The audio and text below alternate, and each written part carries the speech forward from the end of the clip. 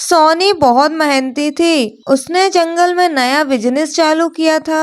वो पक्षियों को मीठा मीठा गाजर का हलवा बनाकर बेचती थी और पक्षी भी सोनी के गाजर का हलवा खाकर बहुत खुश होते थे।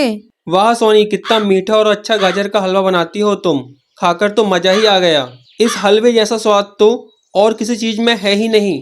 हाँ कालू, तुम सही कह रहे हो। बहुत मजा आया ये हलवा खाकर। सोनी, तुम थोड़ा और हलवा मुझे पैक करके दे दो।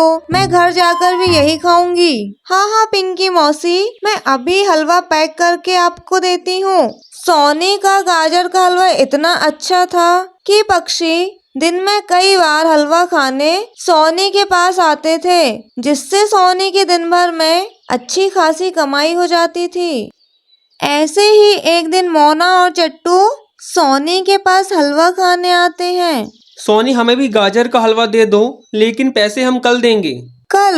नहीं चट्टू भैया, मैं किसी को भी गाजर का हलवा उधार नहीं देती हूँ, क्योंकि आप इसके पहले भी मुझसे उधार गाजर का हलवा ले जा चुके हो। क्यों रे चट्टू, बातें तो इतनी बड़ी बड़ी करता है और गाजर का हलवा उधार खाने के लिए आता है। मौसी, आप ऐसा मत बोलिए, मेरा मजाक मत उड़ाइए। सोनी, तुम्हें तो मैं देख लूंगा। आज तुम्हारा जो ये काम चल रहा है ना, देखो इसको मैं कैसे बंद करवाता हूँ अब। हाँ हाँ, मैं भी देखती हूँ कि आप क्या कर सकते हो। ऐसा बोलकर चट्टू और मोना वहाँ से चले जाते हैं। वैसे सोनी, इन लोगों से दूर रहना, क्योंकि ये लोग बहुत चालाक हैं। हाँ कालू भैया, मैं सब जानती हूँ, लेकिन मैं इन लोगों से डरती नहीं हूँ। मोना और चट्टू अपने घर आ जाते हैं। मुझे तो बहुत गुस्सा आ रहा है सोनी के ऊपर। मेरा कितना मन था आज गाजर का हलवा खाने का, और तो और उस पिंकी मौसी ने भी आपको कितना सुना दिया। हाँ मोना, बस अब तुम देखती जाओ कैसे मैं उस सोनी का काम बंद करवाता हूँ। अब कल से हम भी सोनी के ठेले के बिल्कुल सामने ही अपने गाजर के हलवे का ठेला लगाएंगे। मोना, तुम कहती हो ना कि तुम अच्छा गाजर का हलवा बना लेती हो, तो बस कल से तुम भी गाजर का हलवा बनाना, उसे हम सभी पक्षियों को बेचेंगे।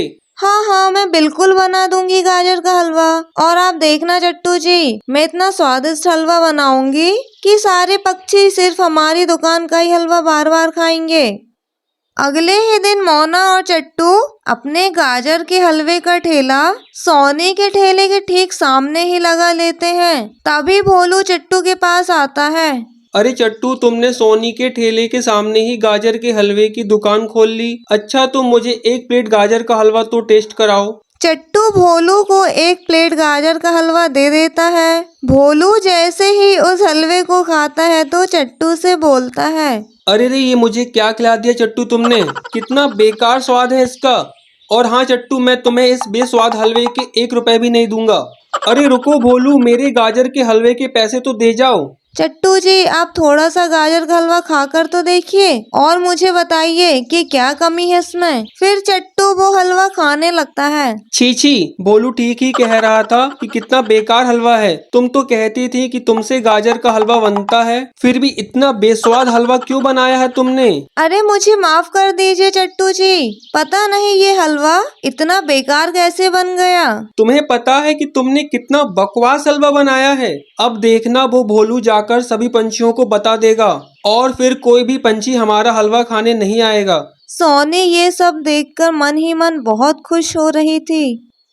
अगले दिन पिंटू राजा जी का सिपाही सोनी के पास आता है। सोनी, कल पिंटू राजा जी ने गाजर का हलवा मंगाया है, इसलिए मैं गाजर के हलवे का ऑर्डर देने आया हूँ। तुम कल हलवा तैयार करके रखना और हो सके तो तुम वो हलवा लेकर महल आ जाना। हाँ सिपाही जी, आप चिंता मत कीजिए, मैं कल हलवा लेकर महल आ जाऊंगी। वहीं दूसरी ओर मोना और चट्टू भी ये सब सुन लेते हैं। देखो देखो, सोनी को कितना बड़ा ऑर्डर मिल गया और यहाँ हम मक्खियाँ मार रहे हैं। काश कि हमें भी कोई इतना बड़ा ऑर्डर देकर जाता। चट्टू जी, मेरे पास एक आइडिया है जिससे सोनी के हलवे का बिजनेस बंद हो जाएगा। मोना अपना आइडिया चट्टू को बता देती है। रात होने तक सोनी 1 किलो गाजर का हलवा बना लेती है और आराम से सोने की कोशिश करती है। फिर रात को ही मोना और चट्टू सोनी के घर पर आ जाते हैं। मोना देखो, सोनी सो रही है, हम जल्दी से इसके हलवे में सूखी लाल मिर्च का पाउडर मिला देते हैं। ताकि पूरा हलवा तीखा हो जाए और जब कल पिंटू राजा ये हलवा खाएंगे तो सोनी को कड़ी से कड़ी सजा देंगे। हाँ चट्टू जी, बिल्कुल ऐसा ही होगा, लेकिन पहले ये मिर्च का पाउडर तो हलवे में मिला दीजिए। गाजर के हलवे में मिर्च मिलाकर मोना और चट्टू तुरंत वहाँ से चले जाते हैं, पर यहाँ तो सोनी जाग ही रही थी और उसने मोना और चट्टू की सारी बातें भी सुन ली थी। अच्छा हुआ आज मुझे इतना बड़ा ऑर्डर मिलने की खुशी से नींद नहीं आई, नहीं तो मैं इन दोनों के जाल में फंस जाती। अब देखो मैं कैसे तुम दोनों को तुम्हारे ही जाल में फंसाती हूँ। अगले दिन सोनी अपना ठेला नहीं खोलती है और 1 किलो रखे गाजर के हलवे को लेकर महल चली जाती है और उल्लू सिपाही से बोलती है, सिपाही जी कल रात से मेरी तबीयत ठीक नहीं थी, इसलिए मैं गाजर का हलवा नहीं बना सकी। और हाँ, आप इस गाजर के हलवे के पैसे चट्टू भैया को देना, क्योंकि ये मोना और चट्टू दोनों ने मिलकर बनाया है और उन्होंने ही हलवा भेजा है। ठीक है सोनी, मैं चट्टू को जाकर गाजर के हलवे के पैसे दे दूंगा। सोनी ऐसा बोलकर वहाँ से चली जाती है और बाद में पिंटू राजा जी को हलवा दिया जाता है। जैसे ही राजा जी हलवा खाते हैं, हलवे में मिर्च होने के कारण उनका मुंह जल जाता है और वो अपने सिपाही से बोलते हैं, अरे मर गया रे, मेरा मुंह जल गया, पानी लाओ कोई पानी। पानी पीकर पिंटू राजा जी को अच्छा लगता है और वे बोलते हैं, कितनी मिर्च है इस हलवे में, भला हलवे में मिर्च कौन डालता है, किसने बनाया है हलवा? सिपाही जाओ, हलवा जिसने भी बनाया है उसे मेरे पास लेकर आओ, उसको तो मैं छोड़ूंगा नहीं। फिर सिपाही जाकर चट्टू और मोना दोनों को पकड़कर ले आते हैं। चट्टू तुमने इतना बेकार हलवा क्यों बनाया, इससे मेरा मुंह जल गया, तुम लोगों को तो मैं कड़ी से कड़ी सजा दूंगा। ऐसा बोलकर पिंटू राजा दोनों को पिंजरे में बंद करवा देते हैं और इस तरह मोना और चट्टू को उनकी गलती की सजा मिल जाती है। अगर आपको ये स्टोरी पसंद आए तो please like, share and subscribe जरूर करें। Thank you.